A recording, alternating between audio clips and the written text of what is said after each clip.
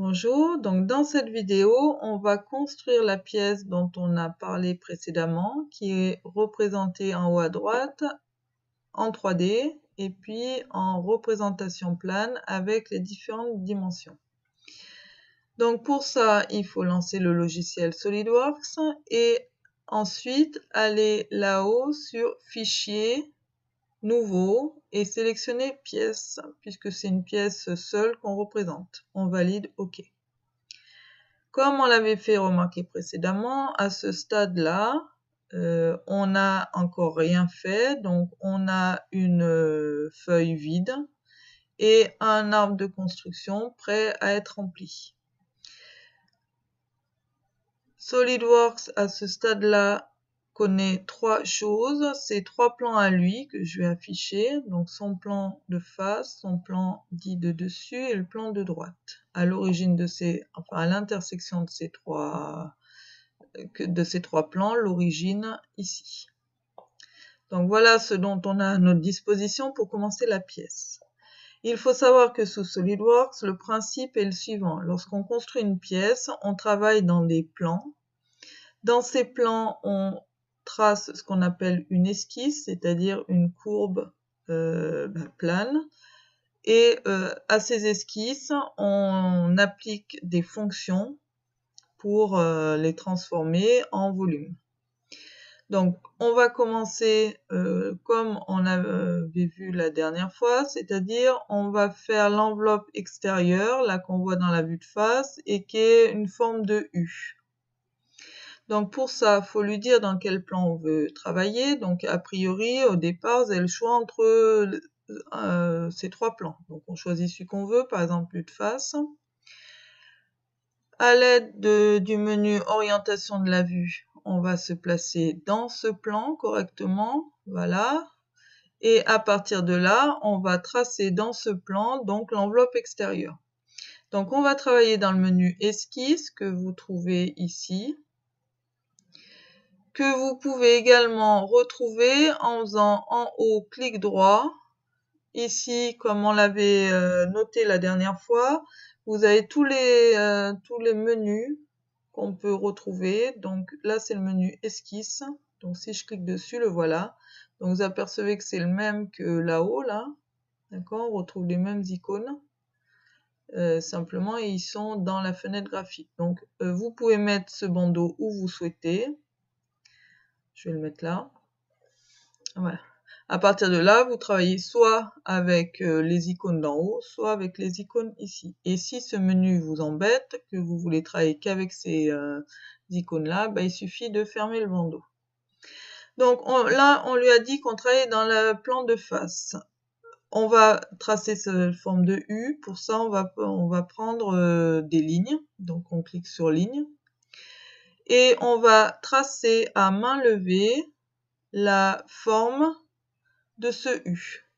Donc clic gauche, on relâche. Vous voyez que là je me promène avec un trait. Vous apercevez qu'il y a un petit segment jaune là qui est surligné, qui n'est plus lorsque je me déplace comme ceci et qui est à nouveau ici lorsque je me positionne à cet endroit-là. Donc ce petit icône jaune vous permet de vous assurer que le segment qui est en train d'être tracé est horizontal. Si vous vous mettez comme ça, vous n'êtes pas sûr qu'il soit horizontal. Donc je vais quand même m'appuyer sur le fait que au départ mon U je le veux avec des segments horizontaux et verticaux.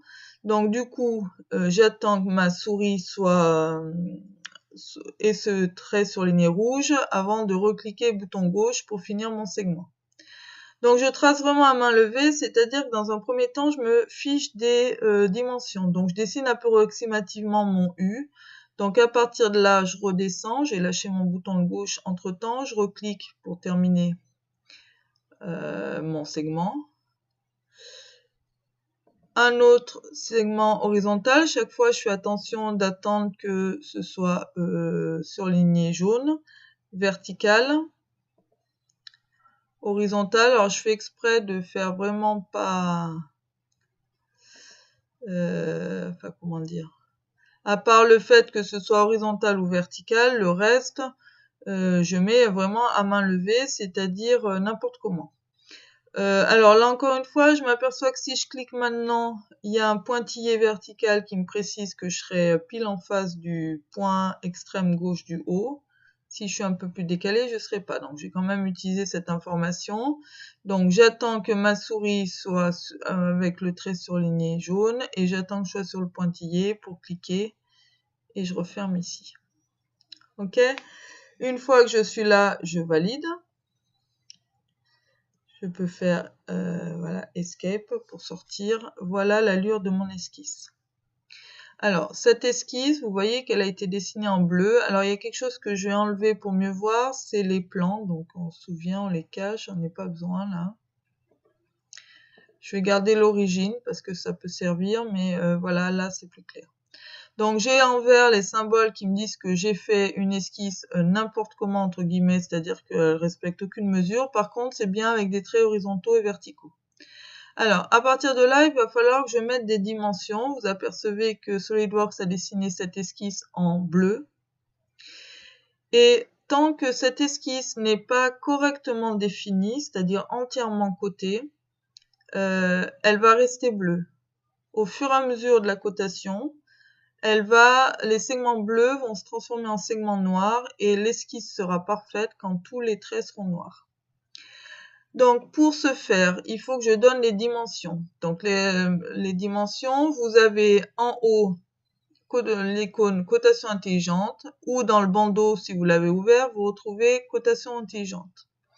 Donc on clique sur cotation intelligente d'un côté ou de l'autre. Et je vais commencer par indiquer 90, là, horizontale. Une cote horizontale 90 entre le bord vertical gauche et le bord vertical droit. Donc pour ça, vous voyez qu'on est dans le menu esquisse puisque ma souris se déplace avec une indication de cote. Je clique sur le segment vertical gauche, sur le segment vertical droit. Là, en bougeant la souris, vous déplacez votre cote, vous cliquez n'importe où pour la fixer, la voilà, et ici, vous mettez sa valeur, donc nous, 90. On valide. Ok. Alors, je vais mettre la largeur, enfin la hauteur plutôt dans cette vue-là, donc 60, qui est la dimension verticale entre deux segments horizontaux. Donc, je ne suis pas sortie du menu cotation puisque je vois que ma souris se promène encore avec une cote. Donc, je peux enchaîner trait horizontal supérieur, trait horizontal inférieur. Je déplace, je me mets où je veux. Alors, j'évite de me mettre dans le dessin, ça facilite pas sa lecture. Et là, on a dit 60. Voilà. Je continue. J'ai l'ouverture là du U fait 20 mm entre le segment horizontal du haut et celui du bas. Donc je suis encore dans cotation. Ce segment, 20. Ok. On suppose que c'est centré, c'est-à-dire que l'ouverture est centrée par rapport au 60, ce qui veut dire que entre là et là, il y a 20, comme entre là et là.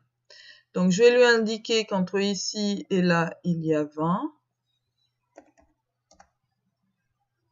Par contre, il y a 20 entre là et là. À partir du moment où j'ai choisi de mettre ces 20 ici, enfin, il ne faut pas que je les mette là. D'ailleurs, je vais vous montrer. Si je veux les mettre là, voilà, il me met un message pour me dire que cette cote est en trop. Donc, du coup, j'annule. On va expliquer pourquoi c'est en trop. Pourquoi? Parce que si on lui a dit que ça fait 60, si on lui a dit là qu'il y avait 20 et là 20, forcément, là, il y a 20. C'est pas la peine de lui répéter. D'accord? Donc, il faut mettre le nombre de cotes nécessaires et suffisantes. Donc là, ça me suffit à définir tout ce qui se passe verticalement. Alors, j'ai encore un problème, c'est que les 90, il a compris que c'était entre ce segment vertical et celui-ci, mais il faut lui dire aussi que c'est entre là et là. Donc, deux solutions. Première solution, je fais comme tout à l'heure. Donc, je suis encore avec mon menu cotation, donc j'ai rien d'autre à faire. Et je vais lui dire qu'entre ce segment vertical et celui-ci, il y a 90. Voilà. OK. Bon, donc là, vous voyez que ça va mieux. Alors, le problème dans ce type de cotation-là, c'est que si je m'aperçois tout d'un coup que je me suis trompée, que c'était pas 90, c'était 110, donc là, je vais double-cliquer pour modifier, je vais mettre 110, je m'étais trompée, et ben là, je suis obligée de lui dire que là aussi, c'était 110. D'accord? Donc, du coup, alors je vais rechanger. On va voir une autre méthode. Alors, j'enlève cette cotation. Et je vais vous montrer une autre méthode pour lui expliquer que ce segment vertical là est à la même, comment dire, est confondu verticalement avec celui-ci. Donc pour ça, c'est pas une cotation intelligente en termes de dimension, mais c'est une relation géométrique. Donc ici, là, sur le bandeau, vous avez un symbole de perpendicularité. Si vous cliquez sur la petite flèche noire ici, il y a plusieurs choses et il y a notamment ajouter relation. Alors ceux qui travaillent avec le bandeau, vous vous apercevez que ce même icône là se retrouve ici et que pareil, là je retrouve exactement la même chose. Donc, du coup, je vais prendre là. Ajouter relation. Donc là, c'est une relation géométrique. Et je vais lui dire que ce segment-là et celui-ci, ils doivent être collinaires. Donc là, il vous propose toutes les possibilités de placement relatif de manière géométrique. Donc soit les segments sont horizontaux, verticaux, collinaires, perpendiculaires, parallèles, etc. Donc nous, c'est collinaire. On valide. OK? Donc, on va voir ce que ça change. On refait la même chose. Imaginons que le 90 soit faux et que ce soit 110. Je double-clique sur 90, je mets 110. Et là, vous apercevez que les deux segments ont bougé en même temps. Je remets 90. Donc là, j'ai tout pour dessiner mon U en termes de dimension. OK? Par contre, il y a quelque chose qui ne sait encore pas et qu'il faut lui préciser, parce que vous voyez que l'esquisse elle est toujours bleue et on a dit qu'il fallait qu'elle soit noire. On lui a pas dit ce dessin où le commencer dans son plan. Il sait qu'il travaille dans la vue de face, mais pour l'instant, on a commencé n'importe où. Or, dans ce plan, on a un point que SolidWorks connaît, c'est cette origine. Donc, ce qu'on va faire, par exemple, on va lui demander de commencer cette esquisse au niveau de l'origine. C'est-à-dire, par exemple, on va faire coller ce point extrême gauche en bas, là, à l'origine. Donc là encore, c'est pas une dimension, parce que si c'était une dimension, si on veut qu'il soit confondu, on mettrait 0, et ça, il aime pas trop. C'est une relation géométrique. Donc à nouveau, alors quand il y a un menu ouvert qui nous intéresse plus, on valide. Et donc là, je retourne dans ajouter relation, soit par ici, soit par là. Ajouter relation. On montre ce point-là, l'origine, et là, on va lui dire qu'on veut qu'il soit coïncident. Validé. OK? Donc là, vous voyez qu'il y a une partie des segments qui sont passés en noir. Il y en a encore un bleu qui n'est pas entièrement défini. D'ailleurs, non seulement il est resté bleu, ce qui nous indique que c'est pas complètement terminé, mais en plus, on voit bien que la pièce, elle ressemble pas bien, enfin l'esquisse ne ressemble pas vraiment à ce qu'on veut. Pourquoi? Parce que dans ma cotation, là tout à l'heure, j'ai oublié le 25, la horizontale, qui est entre le bord extrême vertical et puis le fond du U. Donc cette fois, c'est une dimension, donc je retourne dans cotation intelligente. Et c'est une distance entre ce segment vertical et celui-ci, 25. Voilà, là vous apercevez que l'esquisse, elle est entièrement noire. ce qui indique que SolidWorks, c'est exactement tracer l'esquisse et il sait exactement d'où partir dans le plan. Une fois que l'esquisse est prête, il faut appliquer une fonction. Donc ce qu'on veut nous, c'est donner du volume à cette esquisse plane en faisant passer de la matière à travers l'esquisse perpendiculairement au plan. Donc c'est ce qui s'appelle une extrusion. Donc là, on va dans le menu fonction, qui est ici, qu'on peut retrouver de la même façon que tout à l'heure, fonction. Il est apparu là, d'accord? Donc c'est la même chose que ce que vous aviez là-haut. Donc encore une fois, soit ça vous intéresse, soit ça vous intéresse pas. Il est venu automatiquement en haut à gauche. Vous pouvez le mettre horizontal, vertical comme vous souhaitez. Et à partir de là, vous travaillez soit dans le bandeau, soit là-haut. Bon, moi je vais enlever le bandeau et je vais travailler là. Donc une extrusion, c'est ce qu'il appelle lui bossage extrudé. Donc je clique dessus. À partir de là, automatiquement, il comprend qu'il faut faire passer de la matière à travers l'esquisse. Cette matière est en jaune. Actuellement, il a étiré la matière sur 10 mm. Nous, on veut en tout que ça fasse 20 mm, donc on va taper 20. Soit vous tapez 20, soit les flèches, là, comme ça va de 10 en 10, bah, c'est automatique, sinon vous tapez à la main. Et on valide. Le premier volume est réalisé.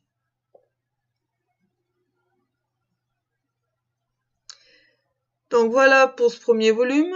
Ensuite, on avait vu la dernière fois que la deuxième étape, c'était de réaliser les deux chanfreins là qui font 10 de côté. Donc autrement dit, l'angle droit ici est cassé.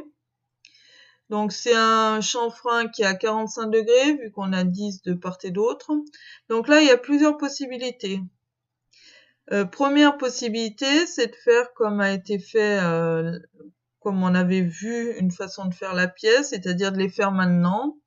Auquel cas, alors un chanfrein, c'est une forme normalisée automatique que vous allez trouver dans les fonctions là. Donc dans ces fonctions ici, vous avez un icône qui s'appelle congé avec une flèche. Et vous pouvez choisir congé ou chanfrein. Donc chanfrein, c'est on coupe un angle droit. Congé, c'est on arrondit l'angle droit. Donc nous, c'est un chanfrein. Clique sur chanfrein. Le chanfrein, soit il se définit par deux dimensions comme c'était ici, soit une dimension et un angle. Donc nous, on a vu comme les deux dimensions sont égales, ça veut dire que l'angle est à 45 degrés, ça fait 10, donc ce qui est proposé là est bon. Si c'est pas le cas, bah pareil, vous changez. Et un chanfrein s'applique sur une arête. Donc c'est cette arête qu'on veut casser, et c'est celle-ci. Donc je peux en sélectionner deux en même temps et je valide. Et de manière automatique, il m'a fait mes chanfreins. Alors, on aurait pu faire les chanfreins directement dans le premier, quand on a fait la première esquisse. Pour ça, alors je vais faire comme je vous avais montré la dernière fois, c'est-à-dire je vais revenir en arrière. Voilà. Je reviens au point de départ, donc voilà le premier volume que j'ai fait. Je vais aller éditer l'esquisse pour retravailler l'esquisse. Je vais me mettre pile en face pour voir correctement, donc normal A. Et là, je vais choisir de faire les chanfreins directement là. C'est-à-dire que au lieu de faire l'angle droit, ben, je vais partir en biais avec les fameux 10 mm de chaque côté. Donc pour ça, comme on avait une fonction chanfrein dans une opération volumique, vous avez de la même façon ici un chanfrein, cette fois d'esquisse. Donc je choisis chanfrein. Comme tout à l'heure, hein, il y avait congé et chanfrein. Congé, c'est un arrondi. Chanfrein, c'est un segment droit. Donc nous, c'est chanfrein. Ensuite, je suis ressortie, donc je reprends. Soit vous donnez un angle, une distance, soit une distance, une distance. Ben nous, là, on nous donne deux distances. Donc, on va prendre distance, distance. Les distances sont égales, effectivement. On a 10 de part et d'autre. Donc, j'ai coché. Sinon, ben, vous décochez, vous mettez 2. Et donc, ça fait 10. À ce moment-là, on clique les points, c'est-à-dire les angles qui nous intéressent. Et voilà, je valide. Une fois que j'ai fait ça, comme on l'avait vu la dernière fois, il suffit que je fasse reconstruire pour trouver ma forme. Ok? Donc si j'ai fait ça, par contre, il est clair que mon chanfrein que j'ai fait tout à l'heure ne fonctionne plus puisque je lui ai montré, quand j'ai fait le chanfrein, je lui ai montré une arête que j'ai enlevée. Donc je pense que quand je vais décaler la main, il va me dire qu'il y a un problème. Voilà, dès que vous avez un panneau rouge dans votre arbre de construction, c'est qu'il y a un problème. Donc moi, le problème, je l'ai identifié, je le connais, c'est qu'en fait, ce chanfrein, je l'ai fait sur des arêtes qui n'existent plus, et en plus, je viens de le faire autrement, donc je vais carrément le supprimer, je vais dessus et supprime, et oui. Et là, tout repasse correctement. Ok? Étape suivante, alors je vais peut-être pas faire exactement dans l'ordre qu'on a vu la dernière fois, je vais faire là le trou lamé. Donc, deux choses. Je vais commencer par faire le petit perçage de diamètre 13 et qui est tout le long. Donc, il faut que j'indique à SolidWorks sur quelle face je travaille. Alors, contrairement à tout à l'heure, maintenant, j'ai non seulement les trois fameux plans que je peux resélectionner à tout moment, mais en plus, j'ai les plans qui sont présents sur ma pièce. Donc, moi, je vais travailler sur ce plan de ma pièce. Donc, je clique dessus, passe en bleu, normal A. Et là, je suis prête à travailler dedans. Donc, pour faire un trou, il faut que je fasse comme esquisse un cercle et que j'enlève de la matière perpendiculairement à ce cercle. Donc, c'est encore une extrusion, mais en enlèvement de matière et sur toute la hauteur. Donc, pour ça, donc, il sait que je travaille dans ce plan-là. Je passe dans mon menu esquisse, soit ici, soit là. Je vais sélectionner cercle, là-haut.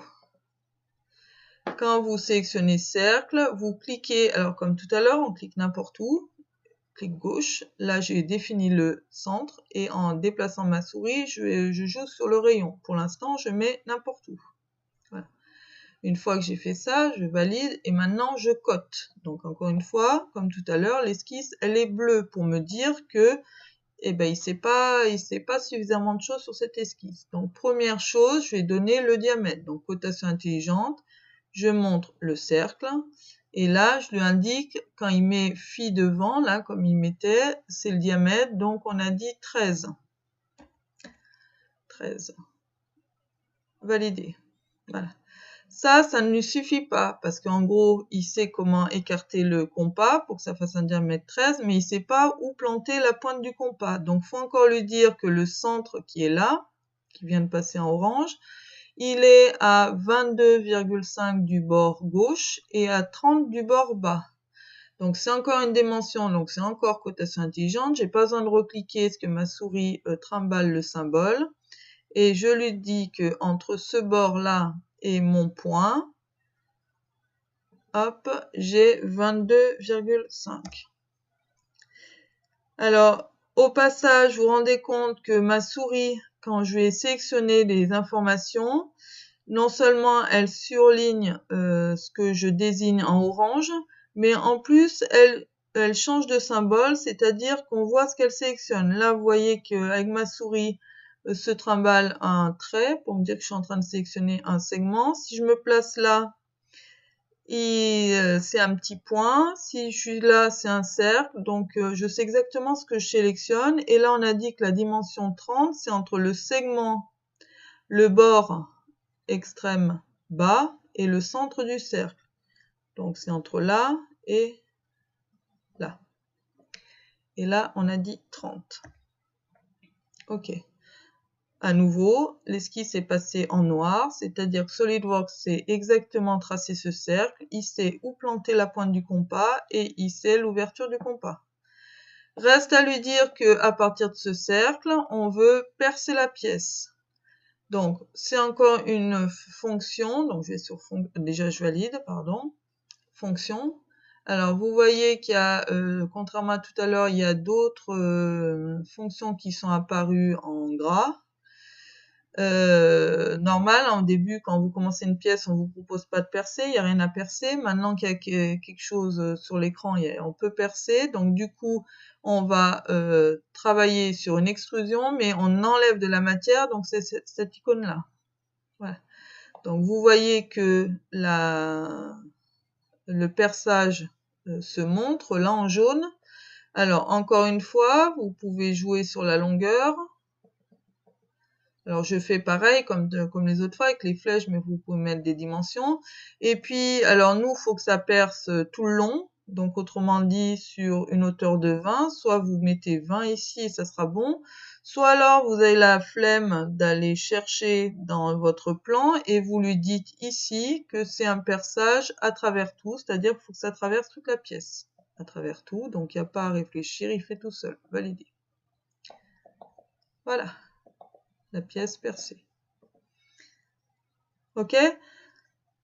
Donc, si vous avez compris tout ce qu'on a fait là, vous devez être capable de faire l'autre trou, c'est-à-dire l'amage, l'agrandissement, c'est-à-dire le perçage avec un diamètre 30,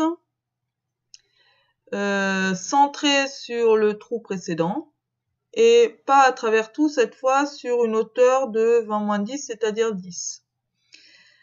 Donc, pour ceux qui pensent avoir compris, j'espère que tout le monde est capable de le faire. Vous mettez en pause la vidéo. Pour ceux qui sont pas sûrs de, ben vous continuez. Donc, on retravaille sur la même face. Donc, je sélectionne le bouton de gauche. Je me mets en face pour mieux voir visuellement. Je suis en train de percer un cercle, donc c'est percer un trou, pardon. Donc, c'est à nouveau une esquisse de cercle. Donc, esquisse cercle. Comme tout à l'heure, je fais exprès d'exagérer, je le mets n'importe où. Je valide. Comme tout à l'heure, c'est pas du tout, j'ai pas donné d'information de dimension ni de placement, donc il est bleu. Je commence par lui donner son diamètre. Alors vous voyez que là, il trimballe devant la dimension qui est 26, je sais pas quoi, là, le symbole phi. Donc là, il s'attend bien au diamètre. Donc je clique et on a vu diamètre 30. Maintenant, il faut positionner le centre. Donc, le centre est égal exactement le même. Donc, soit vous refaites comme tout à l'heure, c'est-à-dire vous dites que la dimension entre ce point-là et ce segment-là, c'est 22,5. Puis, entre ce point-là et ce segment-là, c'est 30. Ou alors, autrement, on va pouvoir lui donner cette fois, alors attention, c'est pas une dimension, c'est une relation géométrique, parce que je vais lui expliquer que je veux que ce centre de cercle soit confondu avec le centre du cercle de tout à l'heure. Donc c'est pas une dimension, parce que si c'était une dimension, ça serait 0. Lui, ça, il sait pas faire. Donc je vais sur afficher, supprimer relation. Je clique là et je sélectionne ajouter relation. Je vais lui sélectionner le centre du cercle que je suis en train de faire. Je vais lui montrer ce cercle-là. Et là, je vais lui dire qu'ils doivent avoir même centre, c'est-à-dire concentrique. Et là, automatiquement, il sait où planter le compas au centre du cercle précédent. Il connaît le diamètre, donc il connaît toutes les informations. L'esquisse est passée en noir. On valide. J'ai mon esquisse. Maintenant, je lui explique qu'il faut enlever de la matière sur 10. Donc, fonction, enlèvement de matière. Et là, je sélectionne 10. Valider. Valider. Voilà. Ok. Dernière étape, donc il faut que je fasse le décroché qu'il y a ici. Donc là, j'ai deux choix. Soit je travaille ici, alors je vais me mettre en face. Voilà. Et je dessine un rectangle. Et je vais enlever de la matière sur ce petit morceau-là, c'est-à-dire 5. Ou alors, je travaille de ce côté-là. Je vais me mettre bien en face pour qu'on voit. Je dessine un rectangle là, qui rentrera dans ce parallélépipède sur une hauteur de 5. Et à ce moment-là, j'enlève la matière à travers tout. Donc, chacun fait comme il veut. Je vais faire par exemple la première méthode. Donc, je reviens, je sélectionne la face bleue. Je me mets bien en face pour bien voir. Je vais lui demander de faire, alors, soit je fais 4 lignes, soit je lui demande directement un rectangle. Je vais faire rectangle. Alors, je vais lui montrer là. Et alors là, il sait exactement, j'ai sélectionné le point de départ, donc il connaît parfaitement. Par contre, je me positionne n'importe où. Voilà, je fais quand même, je fais attention d'être bien arrivé sur la ligne ici. Ça a été symbolisé par le petit symbole qui a été surligné en jaune. Tant que je suis là, alors il y a dû avoir une erreur. Je reviens en arrière. Pour revenir en arrière, vous pouvez faire aussi défaire. Alors, je refais mon rectangle. Je pars exactement de là avec le petit symbole surligné. Par contre, je me mets là, ici, exactement là.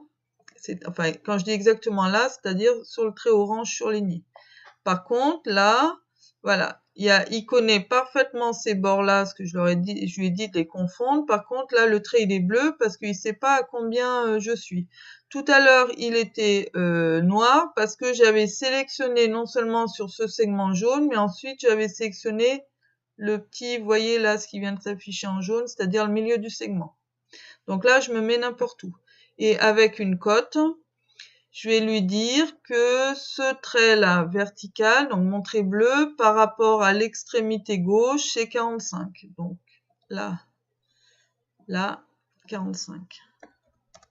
Voilà, maintenant il connaît exactement. J'ai plus qu'à aller dans fonction, enlever de la matière sur, on a dit 5, donc 5, valider. Valider. Et la pièce est terminée. Pour ceux qui auraient voulu faire l'autre méthode que j'avais décrite. Donc, je reviens en arrière. Alors, à ce moment-là, on aurait travaillé sur cette vue-là. Je me passe en face. Voilà. Là, je vais encore faire avec rectangle. Donc, je vais partir de ce bord-là. J'ai bien vérifié que je prenais le bon point. Je me mets ici n'importe où. Maintenant, je vais donner des cotes. Donc, à nouveau, les bords noirs, parce qu'il comprend bien que c'est superposé au trait existant. Par contre, il faut encore que je dise que ça mesure 5. Que entre là et là, on a dit 45. Il a toutes les informations, c'est passé en noir, donc je valide. Et à partir de là, la fonction, j'enlève de la matière, on avait dit à travers tout, valider. Et vous trouvez exactement la forme finale. Donc voilà, j'espère que cette vidéo vous a aidé. Et donc, vous êtes maintenant capable de réaliser une pièce avec des fonctions extrusion. Voilà, je vous remercie. Au revoir.